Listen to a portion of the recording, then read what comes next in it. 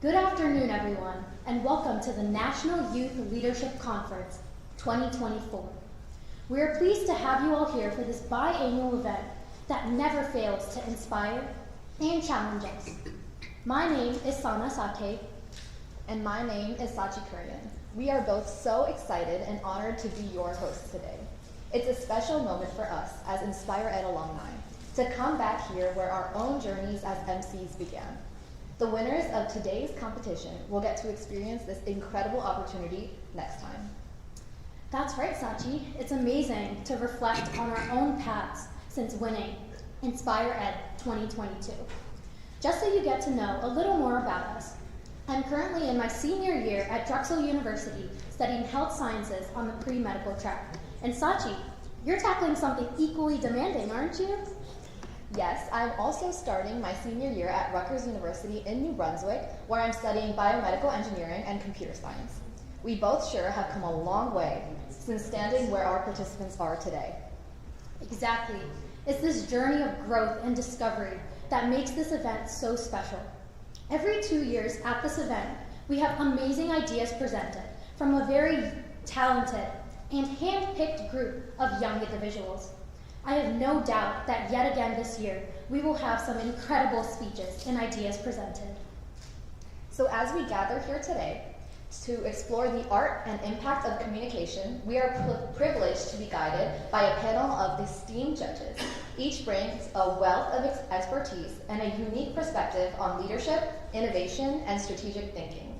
Their insights will not only enrich our understanding, but also challenge us to elevate our own communication skills.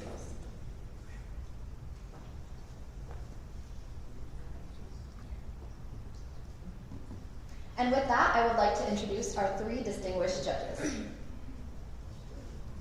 I would first like to introduce Dr. Oscar Holmes. Dr. Holmes is an Associate Professor of Management and the Associate Dean of Undergraduate Programs at Rutgers School of Business, Camden. He also serves as the RUSE Director. Dr. Holmes teaches executive education, graduate, and undergraduate courses in leadership and managing human capital, organizational behavior, conflict management and negotiation, and crisis management. He is the 2023-2024 ACE Fellow at the University of Delaware and the founder and CEO of WH Consulting Firm. He also hosts the Diversity Matters podcast, which launched in 2020. Dr. Holmes' research focuses on how leaders can enhance productivity and well-being by fostering inclusive environments. His work is widely published in top management journals and books. He holds a PhD, a master's in management from the University of Alabama, and MLA from the University of Richmond, and a bachelor's with honors from Virginia Commonwealth University. He is also a 2006 alum of Stanford University's Graduate School of Business. Summer Institute in General Management. During his sabbatical in 2016, Dr. Holmes was a visiting research professor at Drexel University's LeBeau School of Business and a research fellow at the University of Pretoria in South Africa. A resident expert for psychology, today he writes the column Beyond the Cubicle, Managing Human Capital. Dr. Holmes has received numerous awards for his scholarship and teaching, including being named one of the Poets and Quants 40 Under 40 Best Business School Professors and winning the Mid-Atlantic Association of College of Business Administration Innovation in Teaching Award and the New Jersey Policy Research Organization Foundation Bright Idea Research Award in 2018. A round of applause for that.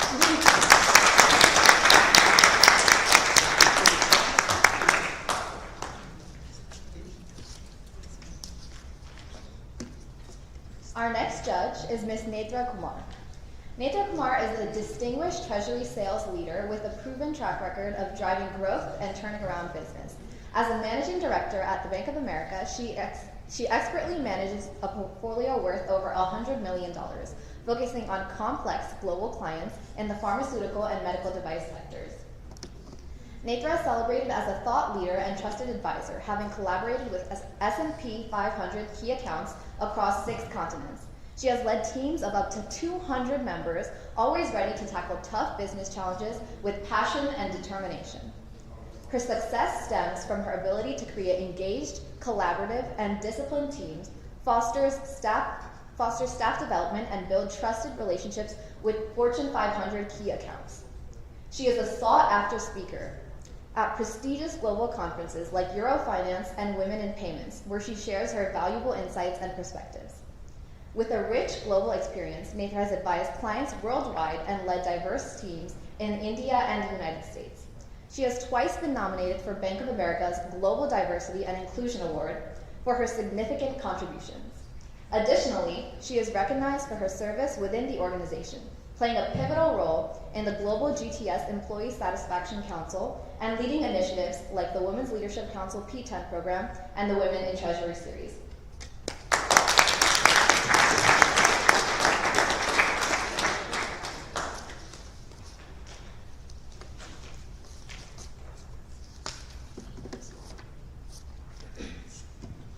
Our last judge I would like to welcome is Nehal Trivedi. Nehal Trivedi is a strategic technology advisor and consulting CTO with over 20 years of hands-on technology leadership experience and 3 years of strategic technology consulting expertise. His work focuses on helping clients harness the power of AI and digital transformation to develop innovative web, mobile applications, APIs, and SaaS platforms. With a track record of leading global technology teams, he has collaborated with many providers to execute large-scale product and platform initiatives, utilizing modern, composable, cloud-first, and API-first architectures. His entrepreneurial spirit is evident from launching a care coordination mobile app for family caregivers. As a strategic advisor, he has partnered with clients worldwide, addressing their product and platform engineering needs. He is passionate about employing design thinking and agile development methodologies to create user-centric solutions that address real-world challenges. His mission is to empower people and organizations with technology that enhances customer experience, productivity, and profitability. Give a round of applause.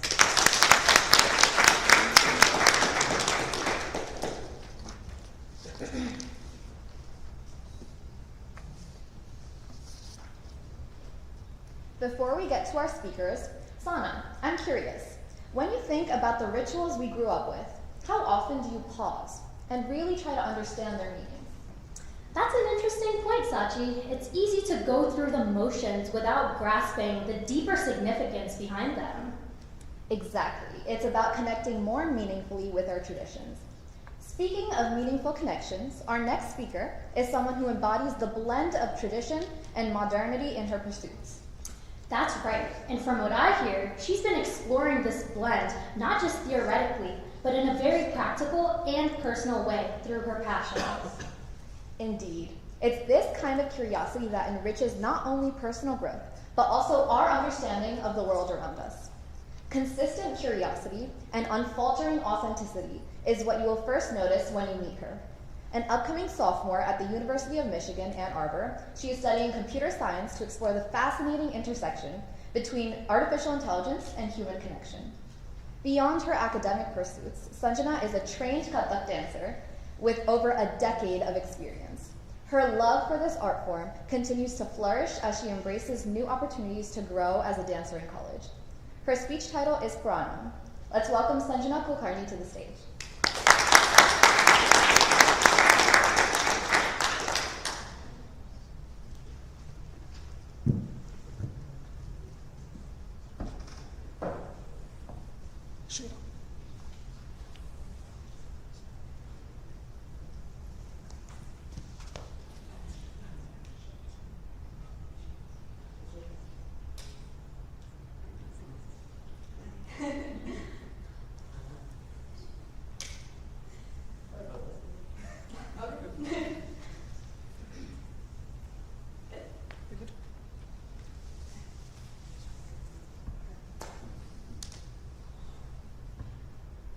I did this every single Sunday for over 10 years.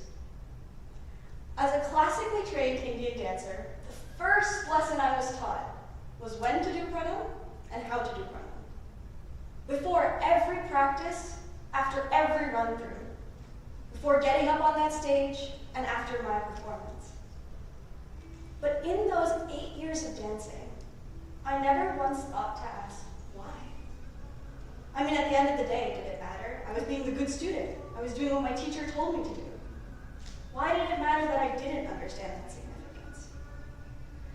Now, understanding the significance behind traditions is something that is crucial for several reasons.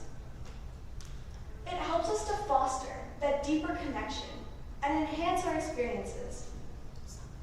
At its core, it helps us to create those deeper connections. A study done by the American Psychological Association showed that rituals and traditions not only increase levels of emotional stability, but at the same time, decrease levels of anxiety. However, it's not just understanding those traditions that helps us, but instead it's understanding the values behind those traditions. Traditions are not just actions. They're cultural stories, histories, and values.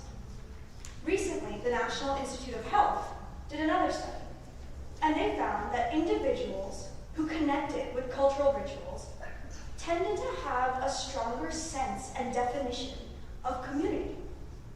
It fostered those areas of respect and inclusion, and it allowed them to open up and understand what was happening. Let me tell you an example, right? When I was 13, I was invited to my first bat mitzvah. The first thing a preteen girl does when she gets an invitation to a huge party is figures out, what am I gonna wear, right? My poor mother, I dragged her to JCPenney for 4 hours that Sunday, trying to find the perfect dress, the perfect conversation starter, if you will. And when I got home, I hopped on a call with my friend with the invitation in my hand and saw that it said 10 a.m. to 5 p.m. And I thought, wow, 7 hours of straight music and dancing and having fun. I didn't know what a bat mitzvah was. I just knew what the TV and what the movies had showed me. But what I didn't realize was that there was a ceremony that comes before it. A bat mitzvah signifies a girl's transition into adulthood. And there are 3 main aspects of the ceremony. There's the reading of the Torah, which is the religious text. There's the leading of the service, and then there's the Dvar Torah. And every single aspect underscores a specific value held by the Judaic community. The Torah is written in Hebrew and takes months to practice recitation, understanding, to get up and read a passage from it. It underscores that true value of learning, a lifelong commitment to education. The leading of the service and the Dvar Torah focuses on giving back to the community. The Dvar Torah is a speech that the bat mitzvah girl gives to the rest of the congregation that emphasizes why she chose that specific passage of the Torah. Like any religious text, each specific portion talks about a life lesson, a different value. It's her time to express the values she holds dear, what resonated with her. By doing this, she's not only creating new bonds with the community that raised her, but strengthening bonds that already existed. As a fully fledged member of this congregation now, she's creating the community that she will rely on. Now, there are many other traditions worldwide that we don't really think about the value behind. One in particular that I know I look forward to celebrating every year is Raksha Bandhan, or Rakhi. Looking forward to sending my cousins back in India a bracelet, thinking about what I'm going to get as my gift, right? But at its core, Raksha Bandhan celebrates that familial bond between a brother and a sister. By tying that bracelet on her brother's wrist, a sister is showing her love and her affection. And in return, the brother is promising a sense of security, protection, her well-being. However, in recent years, there's been a little bit of a shift to the more commercial aspect of it. Now we think about what kind of Rakhi. If you go on Amazon, there's hundreds and hundreds of pages of We think about what gifts will we get in return? What's the celebration going to look like? By doing so, we've shifted away from the importance of those values, the importance of that family bond. Now, instead of thinking about prioritizing the relationship that we build, it's our own likes and our own dislikes. By shifting away from the values of the traditions, we shift away from a community, a cultural heritage, one that helps us grow, not only within that bond, but as people. A study was recently done by the Getty Conservation Institute that investigated this same phenomenon. It was titled, Understanding the Value of Cultural Heritage in the Framework of Society's Identity Conflict. A lot of words to basically underscore the fact that researchers found an association between individuals who had a bolstered sense of identity, purpose, fulfillment, and individuals who participated in cultural rituals. They looked at communities from all over the world, India, Mexico, Australia, and tried to find these different connections by talking to community leaders, community members, looking at archived documents, and looking into those traditions. One in particular stood out to me, and that was the Maasai community in Kenya. And what researchers actually found were that those traditions created not only a sense of community, but a stronger sense of community. Now, why did this happen, right? There could be so many reasons. The main one was because they found understanding in the youth. By looking into these traditions, the youth were inadvertently understanding values of bravery, social responsibility, of respect for elders. But they were also not only understanding those three, but understanding that not just this generation, but past generations and future generations shared those same values. It was that identity of sharing that caused that connection. We see it in our day-to-day lives. You meet hundreds of people every day, whether it's walking in the street, saying hello to someone, over a cup of coffee, having a conversation. Sometimes we want to make connections with people, but sometimes we don't. And whether we realize it or not, it's because we understand that basic shared value. For me personally, I have this value of respect. Whether I realize it or not, if I see someone acting in a way that doesn't match what I hold dear to me, I don't want to make that connection. I might not realize it's because of that, but I don't want to approach that person. I don't want to have that conversation. These values and these traditions are seen in these cultural, traditional, day-to-day ways, but they're also seen professionally. One that comes to mind, first one, the med students' white coat ceremony. They get up and they give their Hippocratic oath. They're on their way to becoming doctors. One that resonates with me, whether it's because I'm an engineering student or I wear more rings than I have fingers, is the Iron Ring ceremony. At its core, in the 1920s, it started in Canada, which is why it might not be as heard of in the United States, after the fall of the Quebec Bridge. And what happens is when engineering students graduate, they receive an iron ring that they must wear on the pinky of their dominant hand. At face value, it seems a little absurd. Why is it so specific? Why the pinky and why your dominant hand? But it's because of what it represents that truly adds value to someone's life. If you think about it, no matter what task you're doing, whether it's as small as writing an email or as big as drafting plans for the next project, your pinky of your dominant hand touches everything, any piece of work. By looking down at that ring, they remember what it represents. They remember what they've learned throughout their education and what they were taught. Values such as humility, perseverance, responsibility. The understanding that they not only hold lives of people in their hand, but they've made these promises to make the world a better place. It serves as a constant reminder that these values must show up in everything that they do. And it is the understanding of those values that showcases up in that work. Understanding values not only helps us grow connections, but it provides us tools for personal growth, beyond the benefits of just the rituals or the traditions. It helps us to grow, not only as people, but as societies, as communities. It improves our emotional well-being and our spiritual well-being. But at the same time, it builds something that we like to know as our moral compass.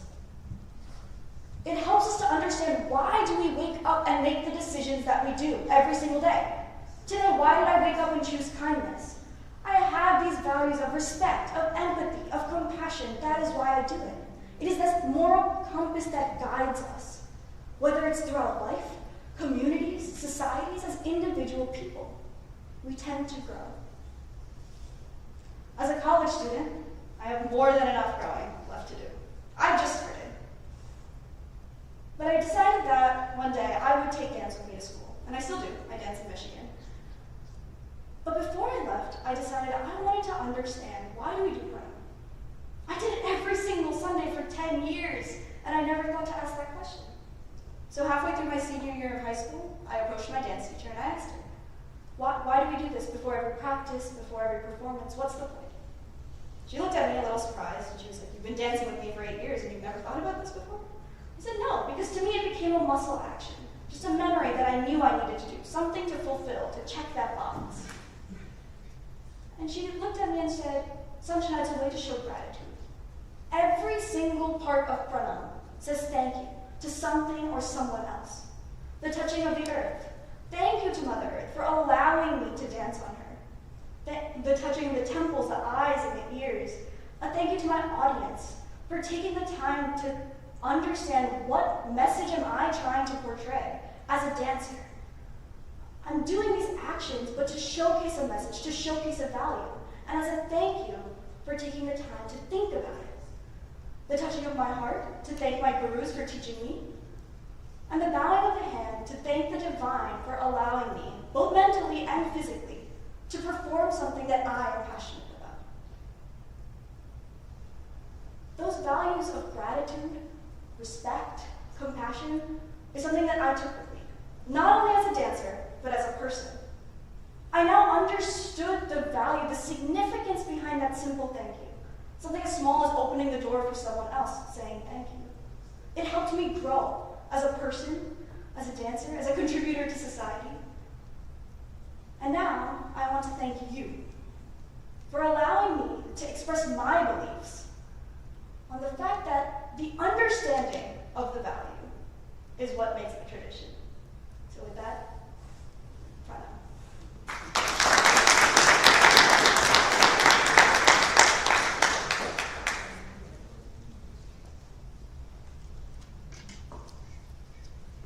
Wow. Sana and I are both classical dancers of many years who have gone through so many motions of pranam or namaste that Sanjana spoke of, yet I don't think I ever thought about the true value of it until now. What about you? Definitely not. And all the younger sisters in the crowd, did you guys know the meaning behind Raksha Bandhan or Rakhi? Or did we all do it to get the presents from our older brothers? Speaking of,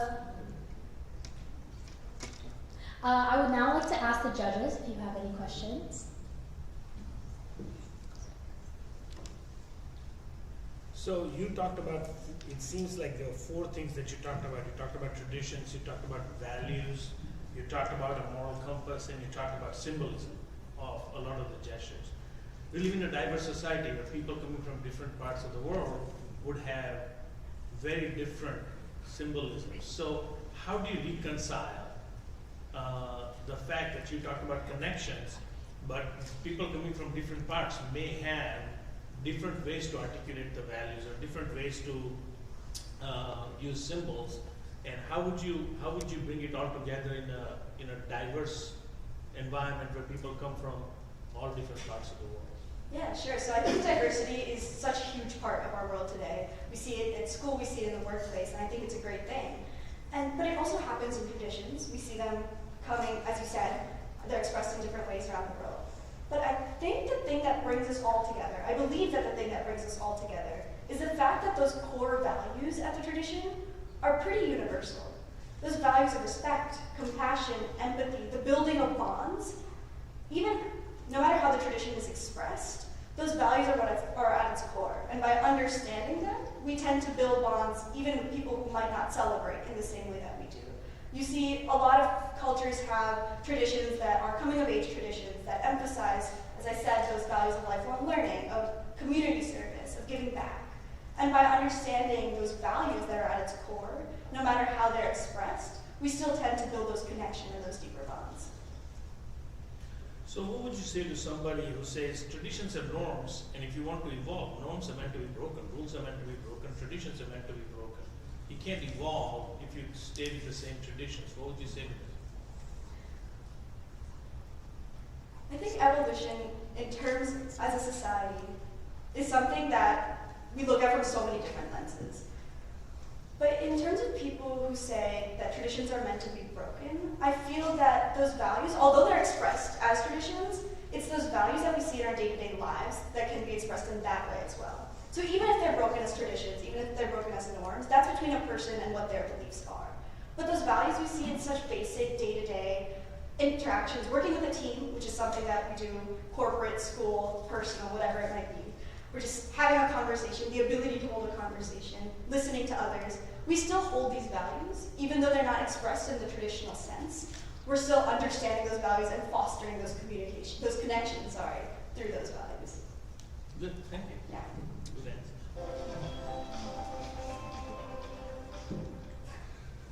I was going to ask a similar question, so I will change it just a bit. Sure. First, excellent job. Thanks.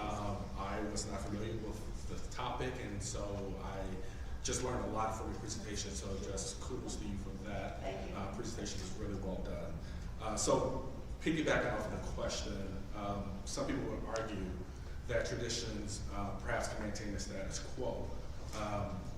I love cultural traditions. Many of us love cultural traditions. How would you convince people that if traditions or some parts of those traditions are based in the status quo or even perhaps oppressive, Yeah. right? How would you convince people to take the best of the traditions, but also perhaps evolve with the times so that you can get both the synergies, the new thoughts, and reduce the oppression that some traditions are steeped in? No, for sure. I think you make a really great point in the fact that a lot of people are starting to think that some parts of traditions tend to be a little bit more oppressive.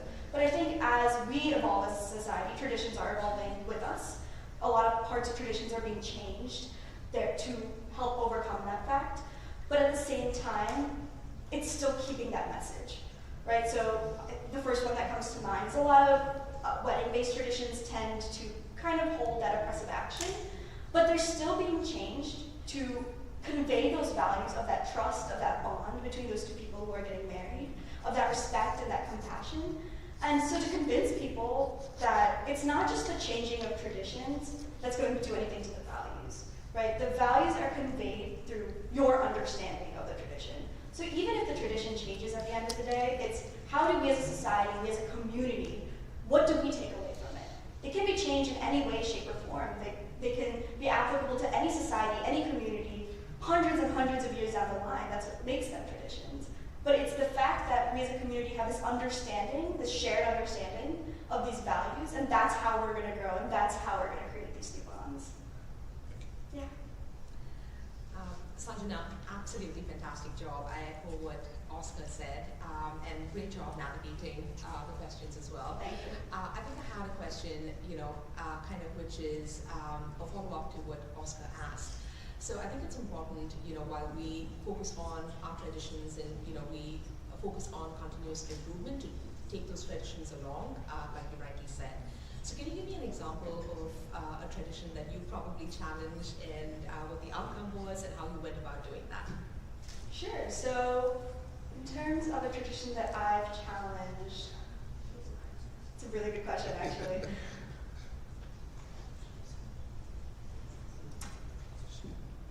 Okay. So one that this is a tradition that I hold dear to my heart just through family. So one that I challenged was for my 18th birthday, my parents got me a very significant necklace that I wear every single day. And that's technically not an actual tradition, but it's something that they did to me that I plan on doing as time goes. My mom's mom did it for her, she did it for me. But something that I find interesting is that's usually like a wedding thing that happens. It's when the daughter gets married, the mother gets jewelry, but because it was an 18th birthday, because it was something important for my family, for my parents and me, even though it's not in a societal context challenging. It's something that was different, something that hadn't been done. So that was what our family did. And I think that's kind of goes along with your perspective on that traditions change and they evolve. And it's what you take away from it, that bond that I share now, or even if it's something as small as that celebration of that bond, it's that value that I take away from it, and it doesn't necessarily matter the timing. I'm Sure. sorry if that doesn't answer your question. Well, good answer. And Okay. Thank you. Yeah, thank you. Thank you for these amazing questions. I would now like to hand it off to the audience if you guys have any questions for Sanjana.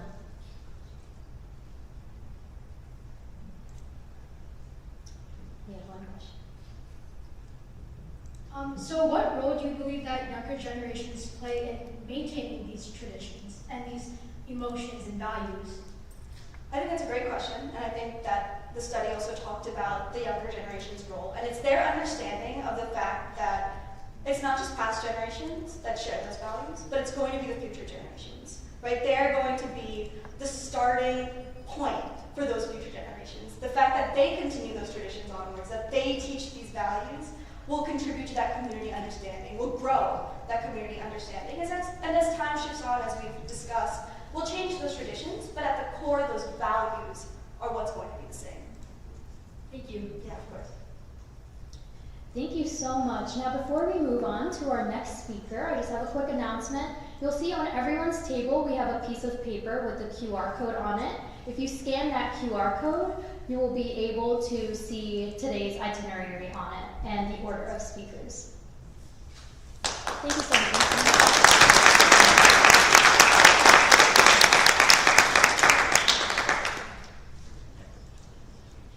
What an inspiring and thought-provoking presentation. Speaking of inspiring presentations, Sachi, has your time in college changed the way you manage your time?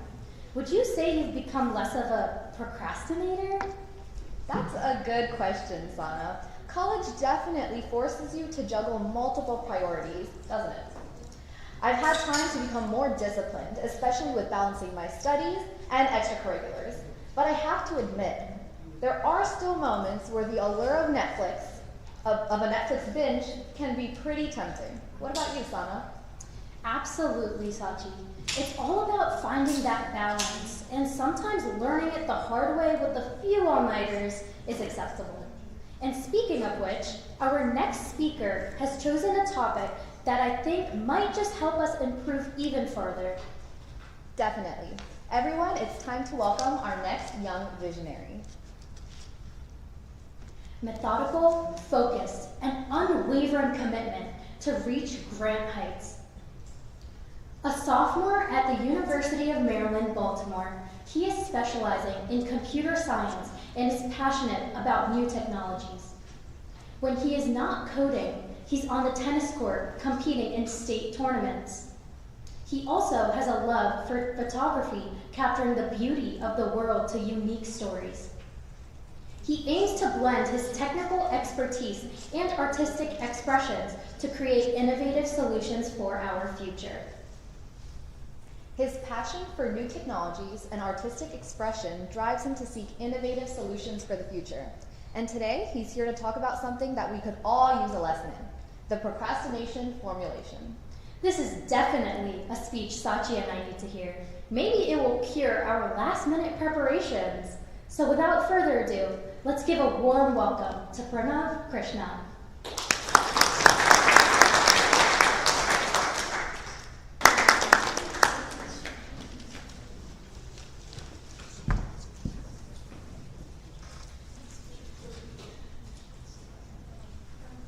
November 1st, 2022 was the day my college application was due. When I opened up my document, I was dismayed to see only one sentence written in it. And I had 2 more essays that I needed to complete before midnight. I was panicking, and as I was rushing to write my essay, and I finally did, and I hit that submit button, a flood of relief entered my body. But that is not what comes to mind when I think of the situation. What comes to mind is the conversation that I had with my parents the next day when they asked me, did you forget about the assignment? I said, no. I remembered the assignment 3 weeks before, 2 weeks before, and even 3 days before it was due. But I just didn't do it. They asked me why, and I said, I was too lazy. I was too distracted.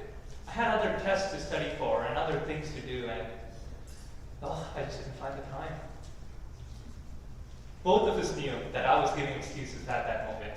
Because if I had time to go to the shopping mall with my friends that exact same day, then why did I not have time to finish that essay?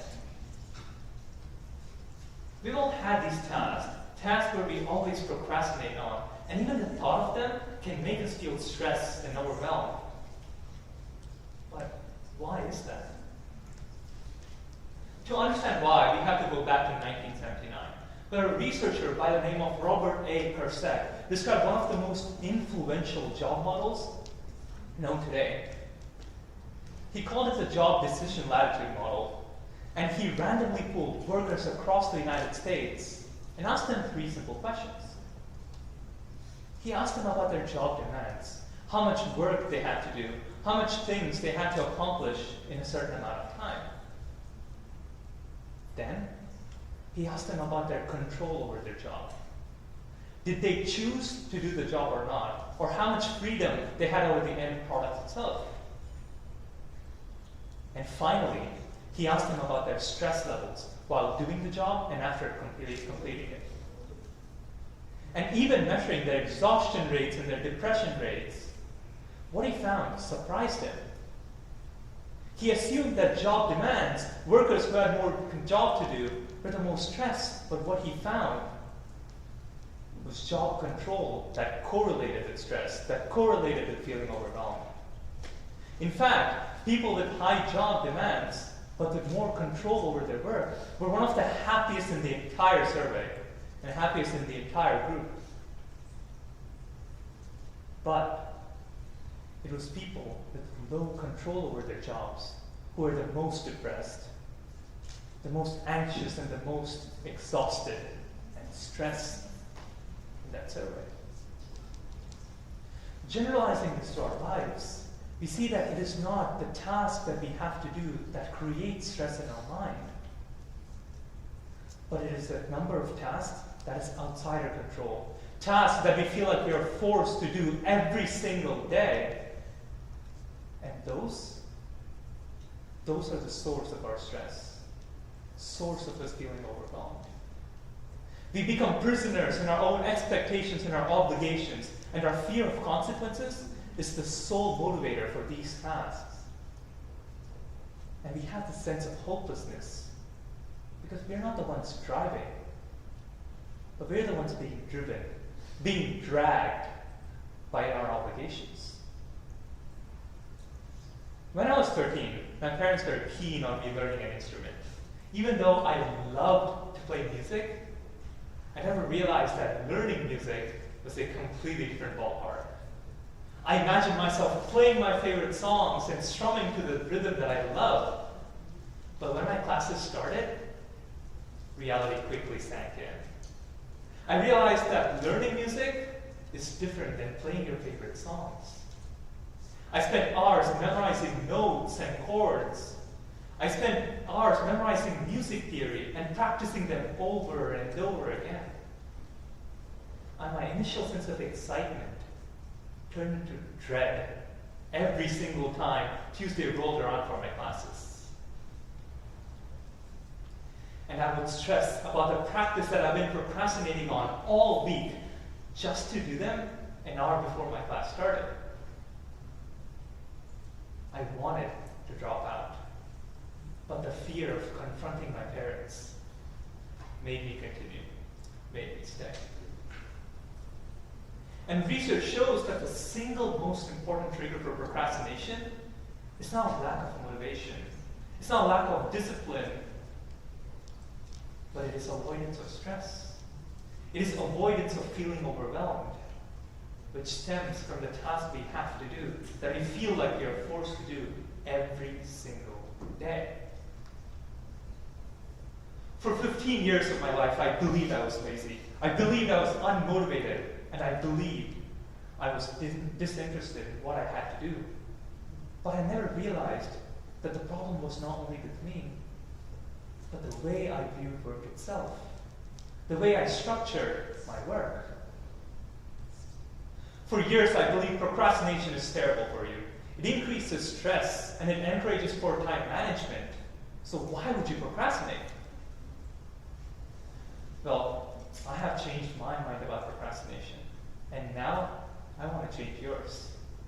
In 2005, a group of researchers said not all procrastination is the same. What do you mean not all procrastination is the same? Yes, some procrastinators have less stress when they procrastinate compared to others, and they use procrastination as a way to manage their emotions, manage their stress and feeling overwhelmed, then run away from it. They call them active and passive procrastinators, and they were given 3 tasks that they needed to complete over 3 days. And what they found was surprising. Passive procrastinators are who we think of in the traditional sense. They do not intend to procrastinate, but they end up procrastinating anyways. And their primary goal is to run away from feeling stressed, is to run away from feeling that emotion and that negativity of the situation. But active procrastinators, on the other hand, are different. They planned the work that they needed to do, and when they were doing it, they felt less stressed because they used planning and scheduling as a way to manage their emotions, to manage that stress. And even though they were able to complete the task out of their control, they were doing it with significantly less stress, and they were much happy about their work. My final semester of my freshman, the final weeks of my semester, my fall semester, was the most hectic that I have ever felt in my life.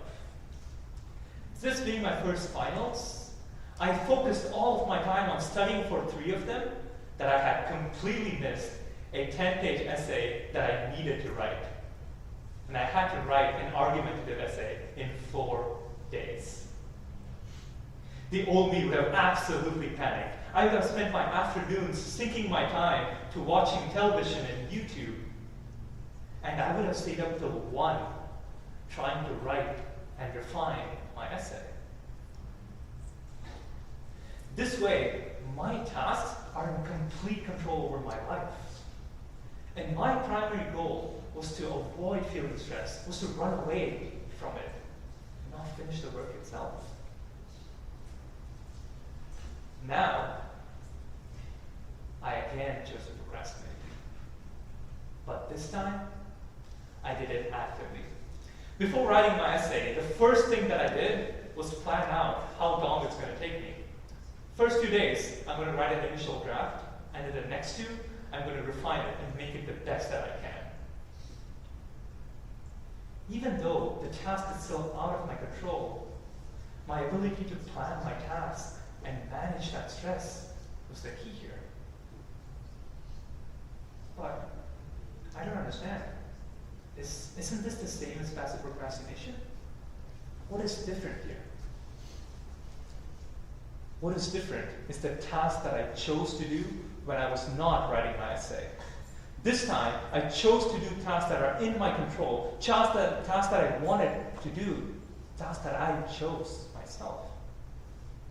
Every day would look like this for those 4 days. I would wake up at 8, and the first thing I chose to do was to play tennis for an upcoming competition for at least an hour. And after I had made myself a delicious breakfast, when I started working on my essay for 2 more hours, I felt relieved. It was not a mountain that I needed to climb, but it felt like a hurdle that I needed to jump over. And after my 2-hour work session, I would code on the favorite project of making my own personal website for a few more hours. And then I would take out a stroll to photograph nature, to photograph birds, plants, and animals around my campus. And then, when I started my work for 3 more hours, I was not only able to finish it faster, but better, and I was more productive than ever. But why? Doing more tasks in my control gives me that confidence to do the task that I need to do. It gives me a sense of accomplishment because even before I needed to do my task, I have already completed 10. And now, I just needed to do one more. By actively procrastinating, I was not only able to manage my stress and plan my day, but I was happy while doing the task that I was supposed to, the task that I needed to do, even though I didn't choose to do that. Even still, sometimes I would take just 2 more minutes of watching YouTube, just 2 more minutes of doing the favorite thing that I wanted to do. So what can I do about this? Instead of focusing on the aspects of the task that I have no control over, by focusing my attention on the aspects I do have control, I was able to take that back, and I was excited to do my work itself. You see, I don't have the choice to write that essay or not, but what I do have the choice of is what I'm going to write in my essay in. Instead of seeing it as a boring, monotonous task, by seeing it as an opportunity for me to share my experiences, share my ideas, my knowledge, and my beliefs to others, I shifted my view from a boring work to an opportunity to improve myself, opportunity to showcase myself to others. And this simple shift made me excited to work on my essay, even though I didn't choose to work on it. By choosing to focus your attention on the task and focusing your attention on the aspects you have control over, you're not only able to do the work better, but it helps you actively procrastinate on your work itself and complete the work before the deadline, which is the most important. Do not surrender your happiness to others. It is your happiness. And you can choose to be happy today just by simply procrastinating. But this time, procrastinate actively. Plan your work beforehand. Do more tasks that is in your control and find ways to make that task exciting, even though you have to do that. Make this a priority, not an afterthought. Because at the end of the day, it is not just about getting things done and going check, check, and check on your to-do list. But it's about knowing that you lived a life you love.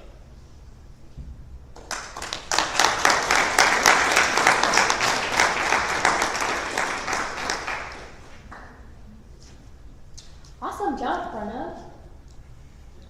Another round of applause. We'd now like to open the floor to our judges for any questions. Great job, great presentation. So did you just start practicing yesterday on this? No. You did not procrastinate, right? No. This was very well done. So can we go back to the definition? I love research as a researcher. I know this literature well. When you explain active procrastination versus passive procrastination, a key in that was the planning aspect of it.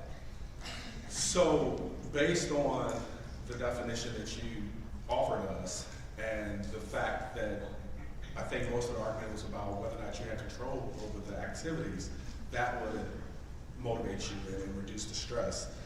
Some could argue that how you define passive procrastinators, because those tasks that they do could also be things that they can control, and they have control over those things as well. So could you explain a little bit more, elaborate more on distinct differences? Because if you procrastinate, it almost sounded, because you were planning, that you were moving out of the realm from procrastination. And you perhaps only needed 6 hours to do the essay, and you just planned those 6 hours well. Okay, so active procrastinators are procrastinators who understand their task. They do not just procrastinate until midnight and then complete their work. they have an idea of how long it's going to take them, and they procrastinate such an amount that they are going to complete it before the deadline without negatively impacting their health or any other things. And passive procrastinators, the main difference I would say, is passive procrastinators are trying to escape that emotion. What is the first thing that we do if you're given a task that we don't like? Oh, I have to do this. Let me just do something else to distract myself from feeling that stress and then get back to the work. But active procrastinators, here's the key difference though. Active procrastinators do that thing, but what they choose to do is not spend time on social media or spend time watching YouTube while they are distracting from that stress. They get accomplishments under their belt so that it encourages them to do the task that they need to, even though the task remains the same, but their mindset changes. And what you do before, and by planning and by doing more tasks in your control, you reduce that stress and you reduce that feeling of overwhelmed in your mind. And that is the key difference. What you do before and how you plan your day. So it sounds like you are saying that it's the quality of task. Yeah, the quality of the task. Okay. Yeah, instead of wasting my time in the mornings, I would do something productive before. First of all, great job. Very well done. I love this. And the reason selfishly I love this is because now when I go home and my wife asks me why my chores are not done, I'm going to say I learned that I'm doing active procrastination. So now I have an excuse. So thank you very much for that. It seems like you almost, your active procrastination, you talked a lot about almost prioritization it seemed, or putting time boxing your time allocation, resource allocation. So talk to me a little bit about, you're talking a lot about awareness of what choices you make and awareness of the choice over your actions. So can you explain how that ties into what you call active procrastination? Yes, so active procrastination still has the idea of planning. And I am not just, if I have a day, I'm not just worried about the essay that I need to write. If I have an entire day to do it, then I can afford to procrastinate in the mornings so that I can finish my essay and break it down into parts, or I can do my essay before midnight. So active procrastination has that planning element to it, where you understand how long it's going to take you, because you have done that task. You're not trying to escape from feeling stressed. You're not trying to do that. What you're trying to do is you're trying to focus on the task itself and understand how long it's going to take you. And while doing this task, you're not stressed about, oh, how is the outcome going to look? Oh, how am I going to do this? Oh, this is not under my control. I don't know what to do. You're not worried about that when you're actively procrastinating. So planning aspect is the key to it. And the other aspect is choosing your task before. By choosing your task before, you get this confidence that you can do the task you have to, even though you didn't complete it yet. So imagine a day where you're just waking up and the first thing you do was waste time, and then you start writing your essay. How differently would that feel compared to waking up and choosing to play tennis or choosing to do an activity, washing your dishes, and then starting to write that essay? You have this newfound confidence, that accomplishment to do the essay itself, even though you haven't made progress on the essay itself. You still have the confidence to complete it. So that's the key difference. And even though they do procrastinate, that is a key major part of it.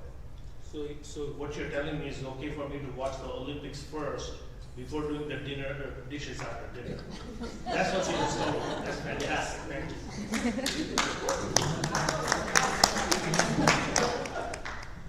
Hi Pranav, good job today. So I would love your inputs as you prepare to enter the corporate world. When you get an opportunity to manage active procrastinators and passive procrastinators, how would you motivate them to prioritize the tasks that you assign? That's a great question. So when I have a deadline, I'm going to give them first strict deadlines that I needed to complete it by. So then the active procrastinators and passive procrastinators who procrastinate till the end anyways because they're trying to escape that feeling of stress. Oh, I have this task to do. I don't know what to do, so I'm going to procrastinate. That's their emotion or that's their feeling. So active procrastinators, I would say, if I give them a straight deadline and help them plan out their day, what are you going to do first day? This is going to be the task. How are you going to split it up? This is my first day, this is my second day, this is my third. And what are you going to do before doing the task and after doing the task? Are you going to sit in bed and do nothing? Or are you going to actually go out, go for a walk, do the things you enjoy, finish your hobbies before starting the work itself? And I think that's a key thing, where I help them plan out their day. That's number one. and doing more tasks that is in their control, which is just their hobbies or what they choose to do. And even there can even be challenges in other aspects of their life, like completing this before I want to finish this. And that gives them that sense of accomplishment before they even do the work itself. So that planning and straight deadlines, planning, and finally asking them their hobbies and letting them do that before they do the task itself. Thank you.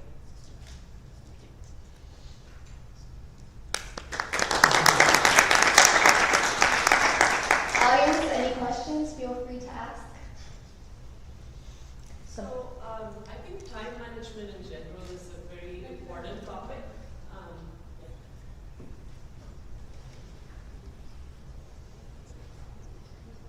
Great topic, thank you. So I was going to just, it's a little bit related to the previous question. Time management in general is a very important aspect of planning your day, especially for all the young folks here who have so many things on their plate. Can you give us some very specific, actionable things that you have done, or that has worked for you? Something that's really actionable for folks for the young leaders in the room today. Yeah, the first one is obvious, to-do list. That's the number one thing. But then writing in a calendar, just booking the time that I need to finish this. And in my experience at least, when I have 2 hours, or when I give to myself 2 hours for an essay, it's going to take me 3 or even 4. So booking that time in my calendar, saying I'm going to work from this time to this time, finishing this, completing this. And then after that, or before that, doing the task that I enjoy. And that simple planning of when I do the task that I have to, can help a lot. And to-do list, that's number one. And then integrate it to a calendar, saying this time I'm going to finish this. And this is how much time it's going to take for me. And to understand that, we just have to do more tasks and understand ourselves. It takes me more time to write an essay than finish a math problem. But that's just me. So understanding that time for yourself, it is very important to plan out your entire day. So I think those are the major key points in order to help us doing that.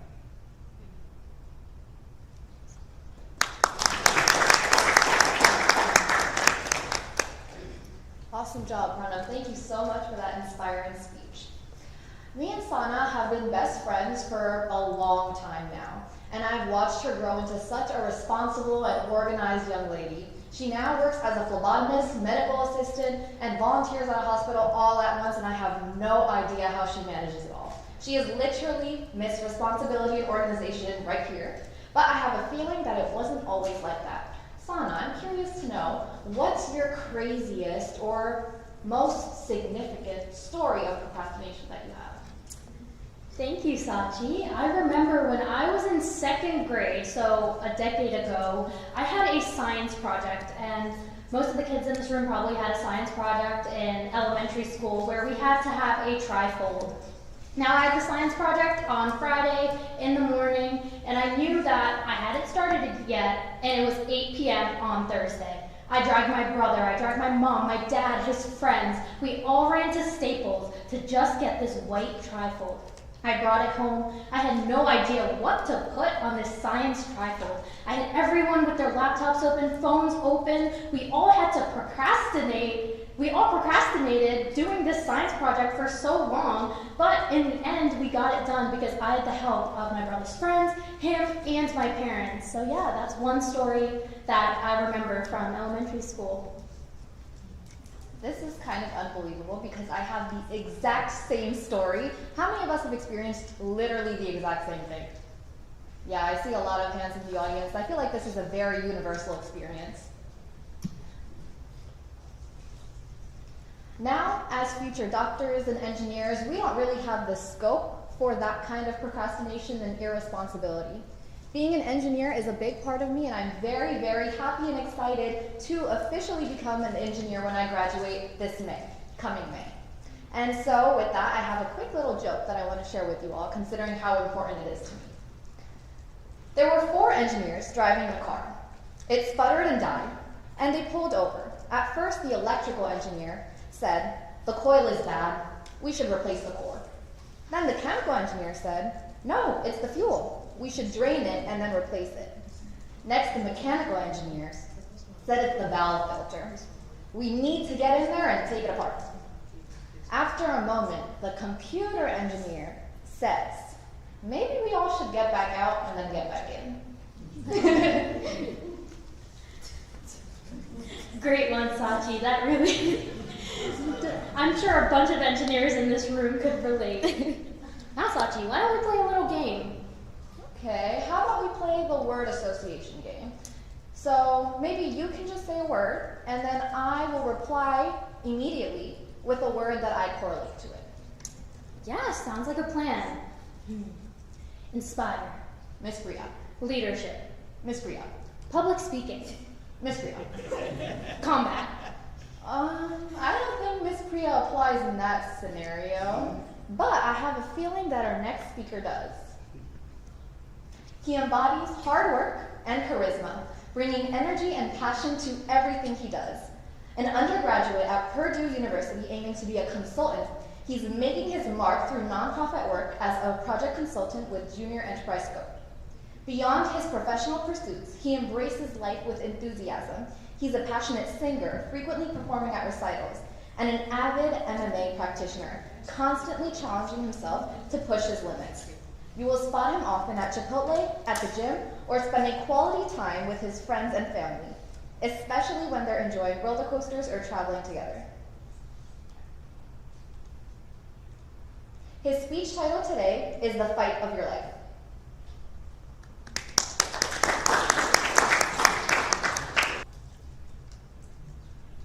Now that Sachi said an engineering joke, why don't I tell you guys a pre-medical joke? How many people over here know what HIPAA is? Yes, everyone knows what HIPAA is. Perfect, you guys will understand this. Knock, knock. Who's there? HIPAA. HIPAA who? I can't tell you. Good one, Sana. Thank you.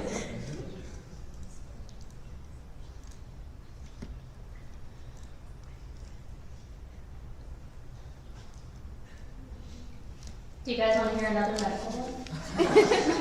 Sure. Yeah, everyone knows electrons, all that chemical stuff.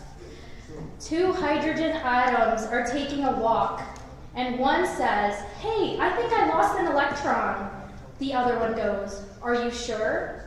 The first replies, "Yeah, I'm positive." Thank you.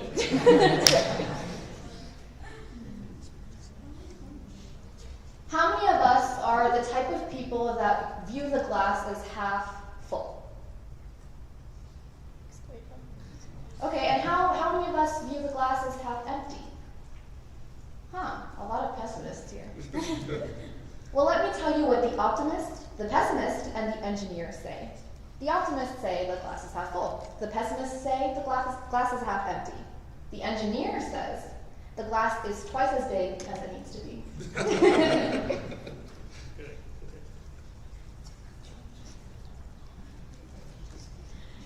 We have a mic in the audience. If anyone has a joke, you're more than welcome to come up. We could use a business joke, computer science joke, anything you have. No jokes.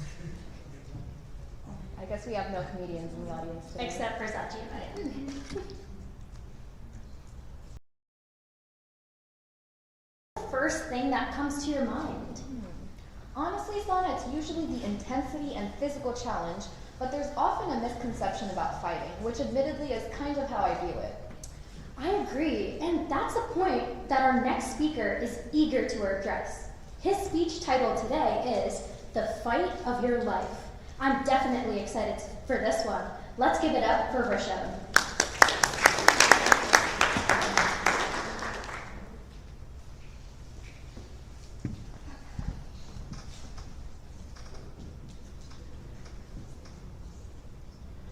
You're finally at college. It's exciting, right? Your parents are no longer there to tell you what to do. You can hang out with your friends at any time. Go to the gym when you want. You can eat whenever you want. But with that comes maturity. Finally, you're by yourself. You have to do your own laundry now. You have to make your own bed. You have to do all these different types of things by yourself. Your support system, they're one phone call away. But still, sometimes it becomes such a chore to just learn to grow up. My final week at Purdue University, it was finals. It's that last stretch before you can go back home and see your family, before I can go back home and see all my hometown friends. I was walking towards English class. Got a text from my mom. She said that my grandfather was unwell, that my dad was going to India. Now, everything in my life at that moment of time turns out to be okay. Whenever any stress or anxiety comes, my family groups together, my friends group together, and we get through that. I was walking back from class. I got a text from my cousin. I read the last message of the notification. We're there for you. We're here for you. I couldn't even process what just happened until my dad called me. All of a sudden, the noise of the buses moving around, transporting kids, none of that mattered. Because my dad told me that my grandfather had passed away. So what do? I try to comfort my dad the best that I can, telling him that it's okay. Don't worry. As soon as I got back to my dorm, I collapsed, cried. But I still needed to focus on my finals. Focus, Rashad, focus. Come on. I'm slapping myself. I'm trying to process whatever this emotion is. And for the first time in my life, I've experienced loss. Now, since I was a kid, I've had trouble processing my emotions. I recall a moment 10 years ago when my dad told me we were moving from Arizona to New Jersey. As a 9-year-old, I tried the best that I could to process whatever was happening to me. Why is my whole entire life being uprooted? My friends, my family. Simply talking to my mom, talking to my dad through Skype, that didn't help. I needed a physical output, some way to vent out that anger. We all do this. Use physicality to calm down the mind. Use it to distract yourself. Running, meditation, other sports. But my safe haven was MMA. MMA provided me with an opportunity to really understand whatever was happening to me. A way to vent out that emotion. But people use and think of MMA as simply just that, venting out your emotions. That's not the case. At its heart, martial arts is a philosophy. It's an ideology. Now, when you're in a fight, MMA is the only sport that you can emulate that feeling. When you're backed up against a corner, your body has two responses, fight or flight. Stay in that moment, whatever stress and anxiety that you're feeling. Take it. Be confident. Prepare yourself for that fight. Or live to fight another day. Flight. When you're entering into an MMA ring, a boxing ring, whatever it might be, your heart starts pounding. You're breathing out of control. The blood gushing all the way down to your arms, to all your limbs. You're preparing yourself to that one single decision, fight or flight. Now, MMA doesn't allow you to fly. You can't run away from your problems. You need to stand there and fight. You need to fight. You need to fight. No matter what's going on, you need to stay there. And in that moment, you take that deep breath in and out, and you realize what is happening to your body. You realize that mentally now, you're prepared. You realize that there's no getting out of this scenario. You have to stand your ground. Now, physically speaking, what do you have to do? Through rigorous training, exercise, through hand-to-hand combat, you realize that your body is not your body anymore. Your hands are no longer your hands, they're swords. You realize that your leg is no longer your leg, it's a whip. And your elbows no longer your elbows, they're hammers. Once you realize mentally what you're capable of, and physically what you're capable of, knowing your strengths, but especially knowing your weaknesses, you finally come to one conclusion. You realize who you are, your capabilities, your strengths. Now in fighting, perception. That's the number one thing. When your opponent is coming towards you, you have to realize the scenario.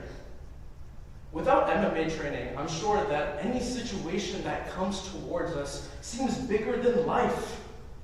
It seems huge. Whenever any problem occurs, we always assume the worst usually. Any major stress, any anxiety, but really anything. Through MMA, you realize that your opponent is simply another obstacle for you to get over. Another hurdle for you to get through. That's all it is. It's an obstacle. In MMA, there is a misconception that it's brutal, violent, but at its core, MMA is a philosophy. The philosophy of self-defense. When you are standing there, your opponent, life, anxiety, whatever comes towards you, is not going to wait for you to warm up. It's going to come at you fast. Stress, trauma, anxiety, all of it. It comes so quickly. So you need to be able to process what is happening. You need to be able to perceive your surroundings. Now, when you add that perception, you add knowing who you are in those certain scenarios. There's only one thing that comes. You now have the ability to process the ups and downs of your life quicker, faster. And that is through the ideology of MMA. Bruce Lee once said, be formless, be like water. When water goes into a cup, it becomes the cup. Put it in a bottle, it becomes the bottle. In those certain scenarios, adaptability, that is what you need to be. In that scenario that I was talking to my dad, and all the noise around me disappeared, and it was just me and him having a conversation. I realized that his loss was greater than mine. My father had lost his father. I needed to focus on my studies, get through this week so I can be there for my family. For me, that was the fight of my life.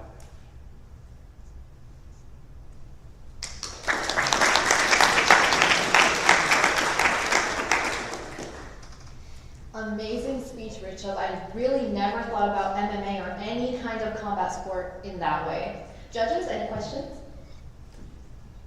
I'm good. Absolutely fantastic presentation. No questions from me. Thank you.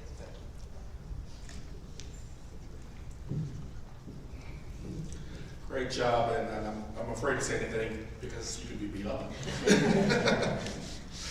But I'm curious, I imagine you don't win all of your fights. Correct. And so, what can you share with us about the lessons that you learned, particularly in the fights that you lose? What do you learn about yourself, and how do you apply those lessons to other areas of your life? Yeah, of course. So when you're in a fight, when you're in that training scenario, obviously you're going to get knocked down. And like Mike Tyson once said, it doesn't matter in a fight when you get punched into the face. So when that situation does occur, the most important thing is getting back up. When life or anything, any stress, anxiety comes towards you, it's going to knock you down, whatever that may be. But the important part of that is that you get back up, you stand your ground, and you go at it again. So, well, first of all, we are going to have a little bit of an argument here, but great job. Great job with the speech, great job with the delivery, so, and a really good subject matter, right? But Bruce Lee is Jeet Kune Do, Correct. right? Wing Chun, not MMA. Correct. So first question, who's your favorite MMA fighter? My favorite MMA fighter would be Sean Strickland. So if Sean Strickland goes up against Bruce Lee, who wins? Sean Strickland. Okay, so we have to have an argument after all this is over, because that can't be a good answer. What happens if Bruce Lee goes up against Mike Tyson? Mike Tyson. So let's talk about you. Your main subject was fight of your life. Correct. So now when you're in a situation where metaphorically or physically you're actually fighting for your life, like a lot of the situations that you come across, your life is never truly in danger. Even when you're in the octagon, even when you're in the ring, your life is not, you're not going to die in general. What, from what you have learned, what can you bring to a situation where your life is actually in danger? It's a matter of life or death, truly speaking. What lessons have you learned that you would apply in a situation that's truly like that?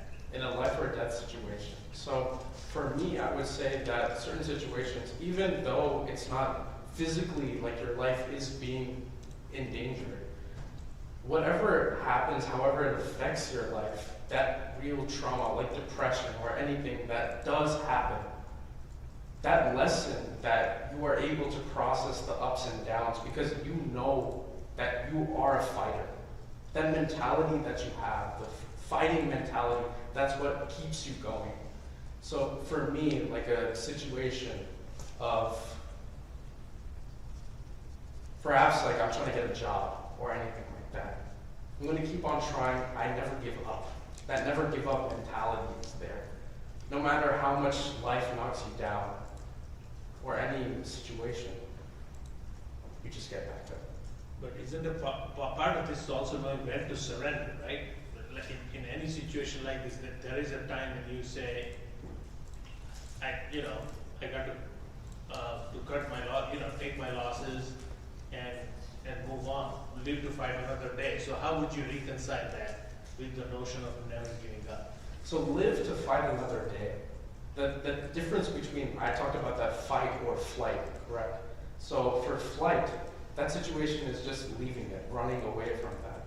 Coming back to the situation, facing it while you're improved, because as a fighter, you constantly improve. That goes with everything. So live to fight another day. That doesn't necessarily mean you're surrendering or giving up, but you're preparing yourself for that next battle, for that next step that's coming forward. Good. Thank you. Good answer. I like that. And any questions from the audience? Feel free to ask away.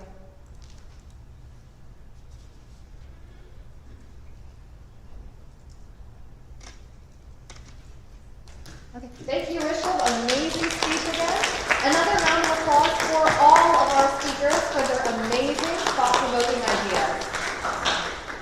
All three of you did an incredible job and pitched one-of-a-kind ideas. Let's give them another round. We would now like to begin our Conversation with Mentors segment.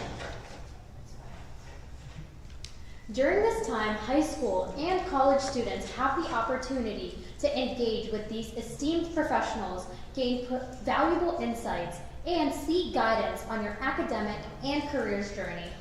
Each conversation will last up to 10 to 15 minutes and will be able to rotate through our different mentors here. We will begin in 5 minutes after clearing 3 tables. Thank you.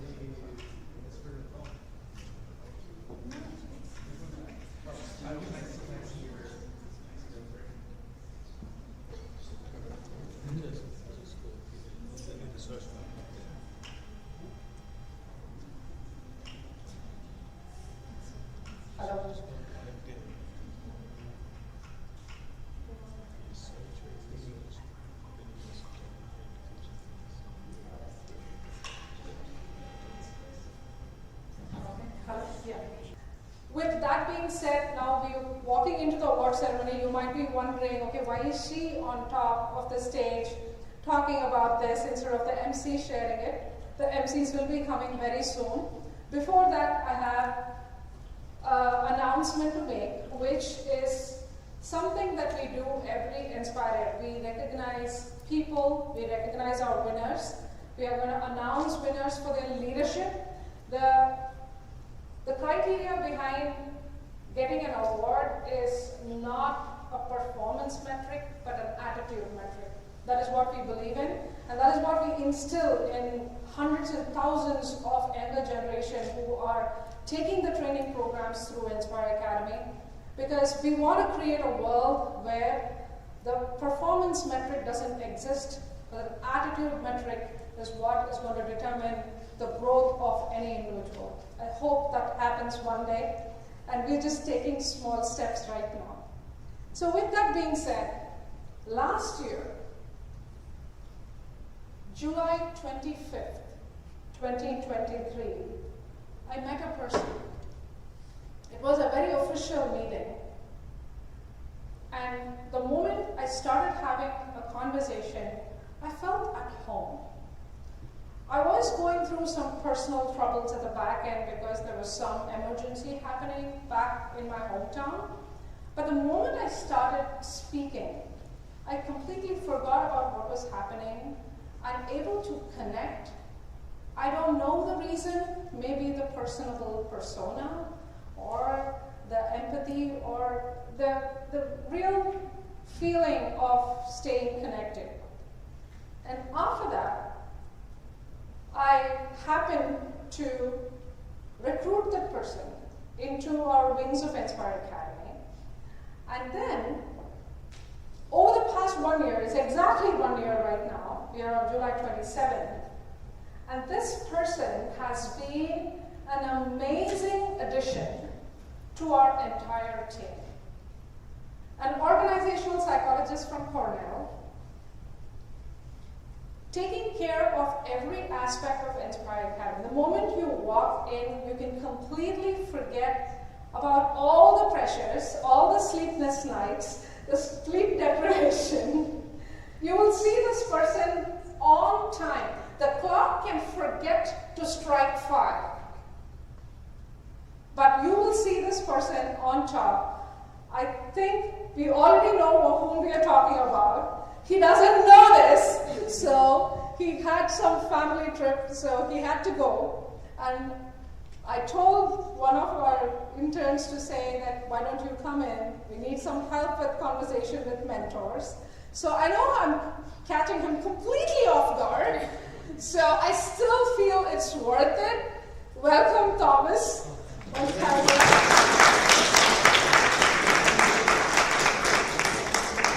This is a special award for his level of commitment, the kind of contribution is a very small word, I would say, the kind of comfort that he brings into our team.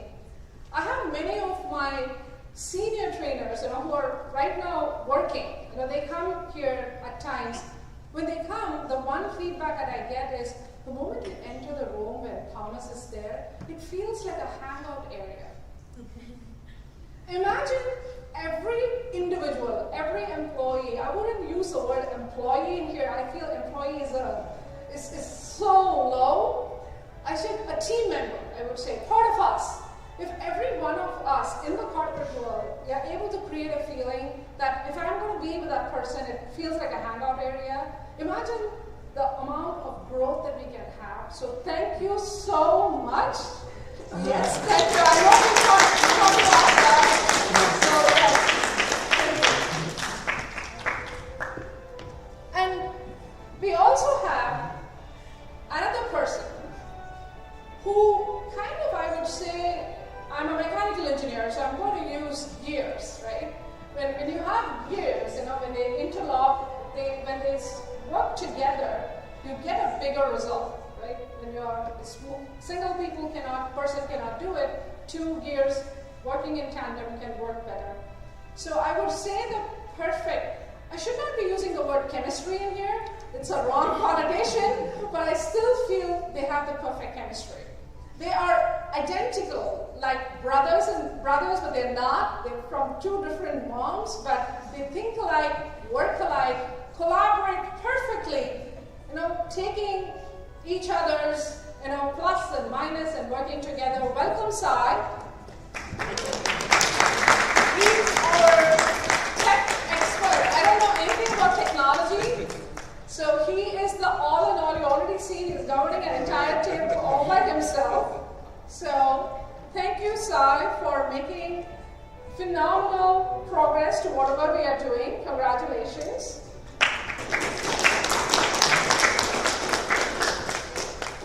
And now I would like to call upon the judges on stage so that you can share a word, or then we can present a quick word.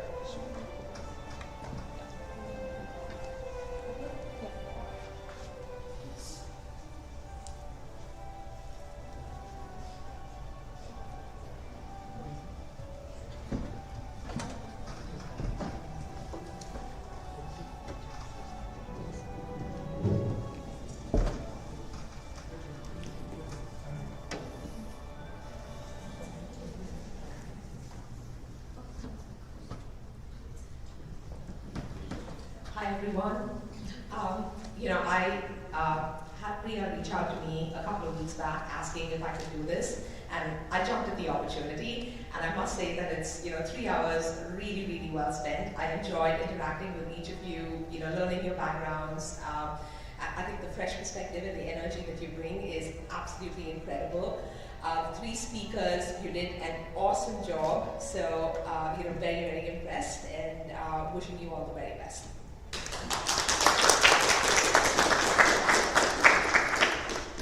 I would echo what Nat said. First of all, thank you very much for inviting us here and allowing us to be part of this event, because it's really great to hear from not only from the 3 speakers, but also great to meet all the young minds and the young talent that's in this room.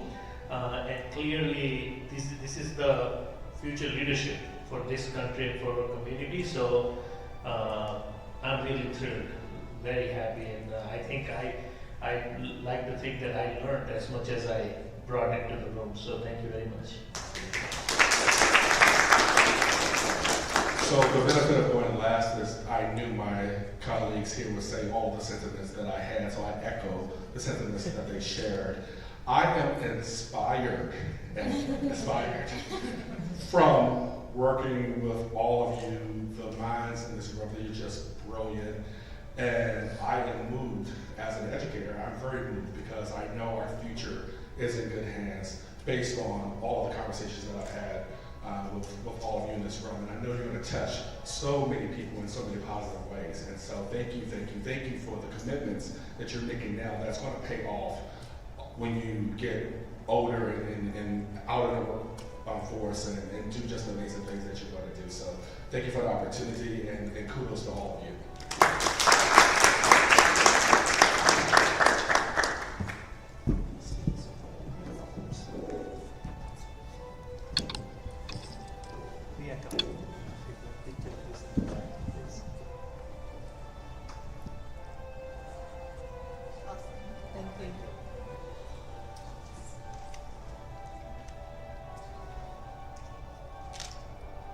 We would now like to recognize our speakers. First up, we would like to call Sandhya Kulkarni to stage.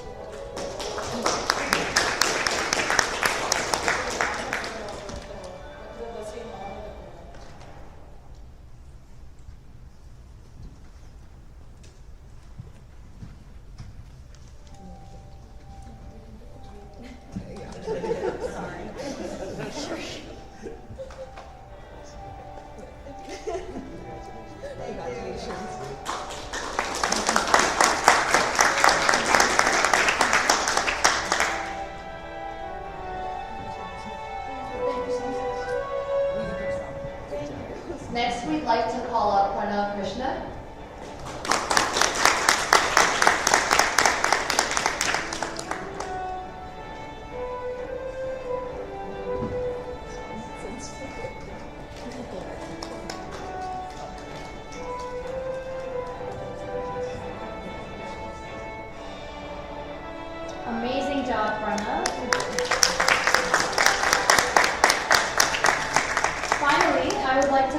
Vrishabh Suresh.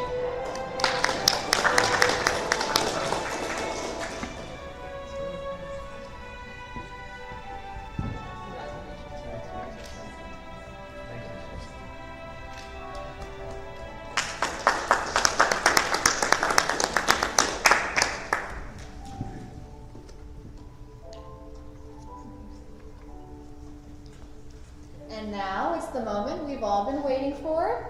It's time to announce our winner. If we can have a drum roll running.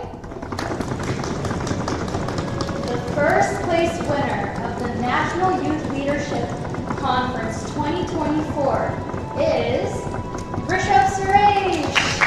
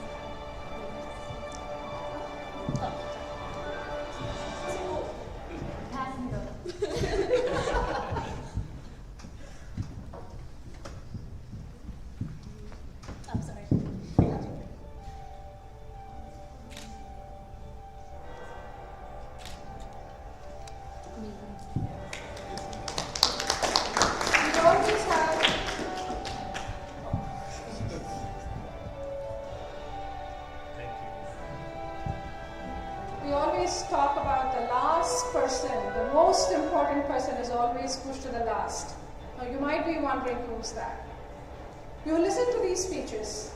We were on a time crunch because we had other plans. Usually we have EnspirED happening in August. This time we had to move a lot. And that is one of the reasons that many people had to go on vacation that were not able to be here. So when there was a time crunch, there was a lot of prep work. It is not hosting an event.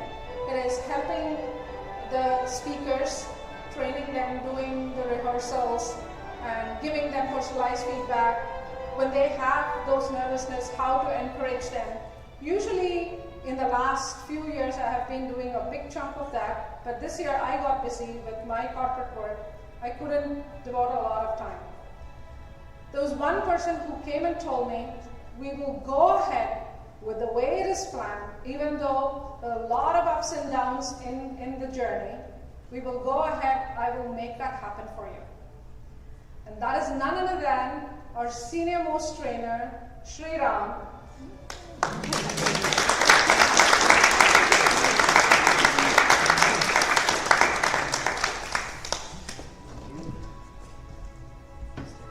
We call certified EnspirED Academy trainers the seat for a reason.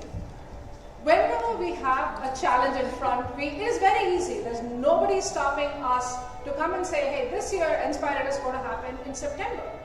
There's no one stopping us from doing it. But the very commitment, the determination that I will make this happen in spite of all odds. You don't need to be there. I will take care of it. And the last 1 week, I don't think he has ever slept. He had his rehearsals at 1 a.m. Because Pranav, you have to be on stage, Pranav, come on. So Pranav is from California. So you know the time zone difference. And Pranav has been, he flew down, he's jet lagged completely now. So with that, what I want to bring in here is the kind of commitment, the dedication, and the determination to get things done in spite of all odds is what leadership is all about. I'm really proud to congratulate Sri Ram for making this happen. Without him, this event could not have happened at all.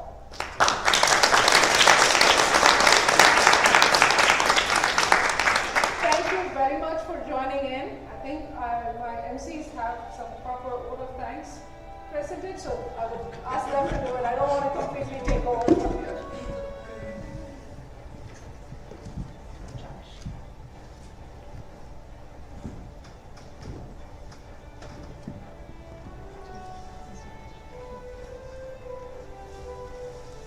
Now with that, EnspirED 2024 has now concluded. Thank you to all of our audience, judges, and speakers.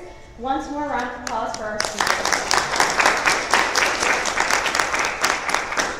We would like to call up on stage our judges again, just to show you a little vote of thanks. Only if Rishabh says Bruce Lee is the best.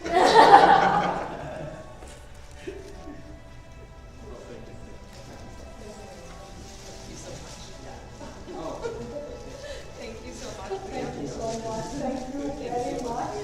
It was a pleasure. Did you have a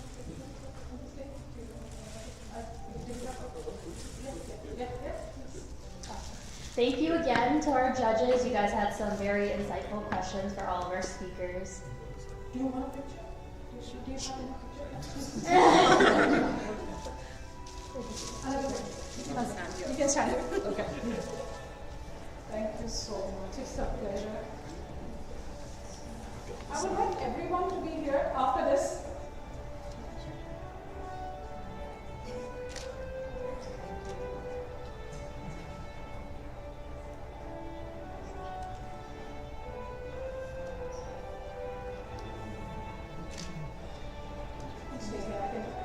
I want the new interns who are just starting their internship, why don't you all come in here? They are newbies, they are work in progress, just started a month ago, they're shadowing right now. The great shadowers, awesome commitment. When I say that the shadowing starts at 7:15, they are there at 7:10. Every day. What is scary is what the world will look like with this guy in the workforce. It's going to be a completely different world, right? Just think about it.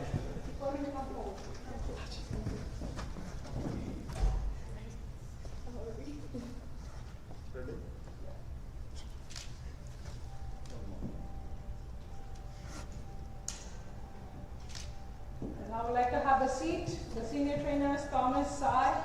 Why don't you quickly join? Just join this group. Come, everyone. Surja. Everyone. You are smart. You see only 50% of them. Summer, right? Most of them are vacation.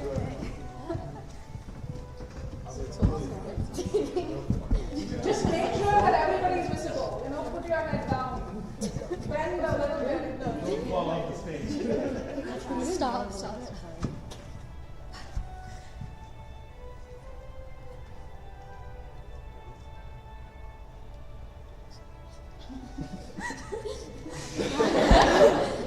Stay down. Okay, just stay. Okay, no.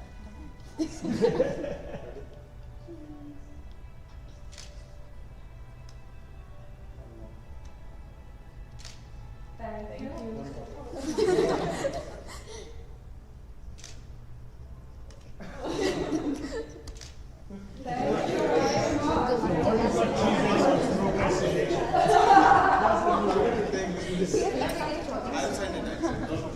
We will share the pictures. Sai, can you switch off this mic? Switch off this mic.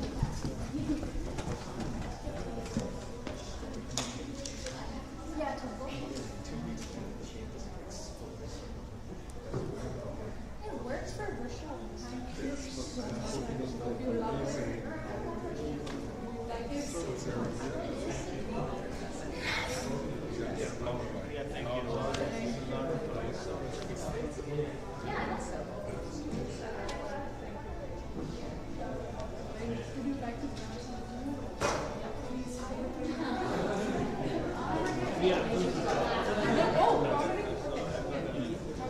Okay, sure. I have someone. Guys, come here. Take this. I need 3 people.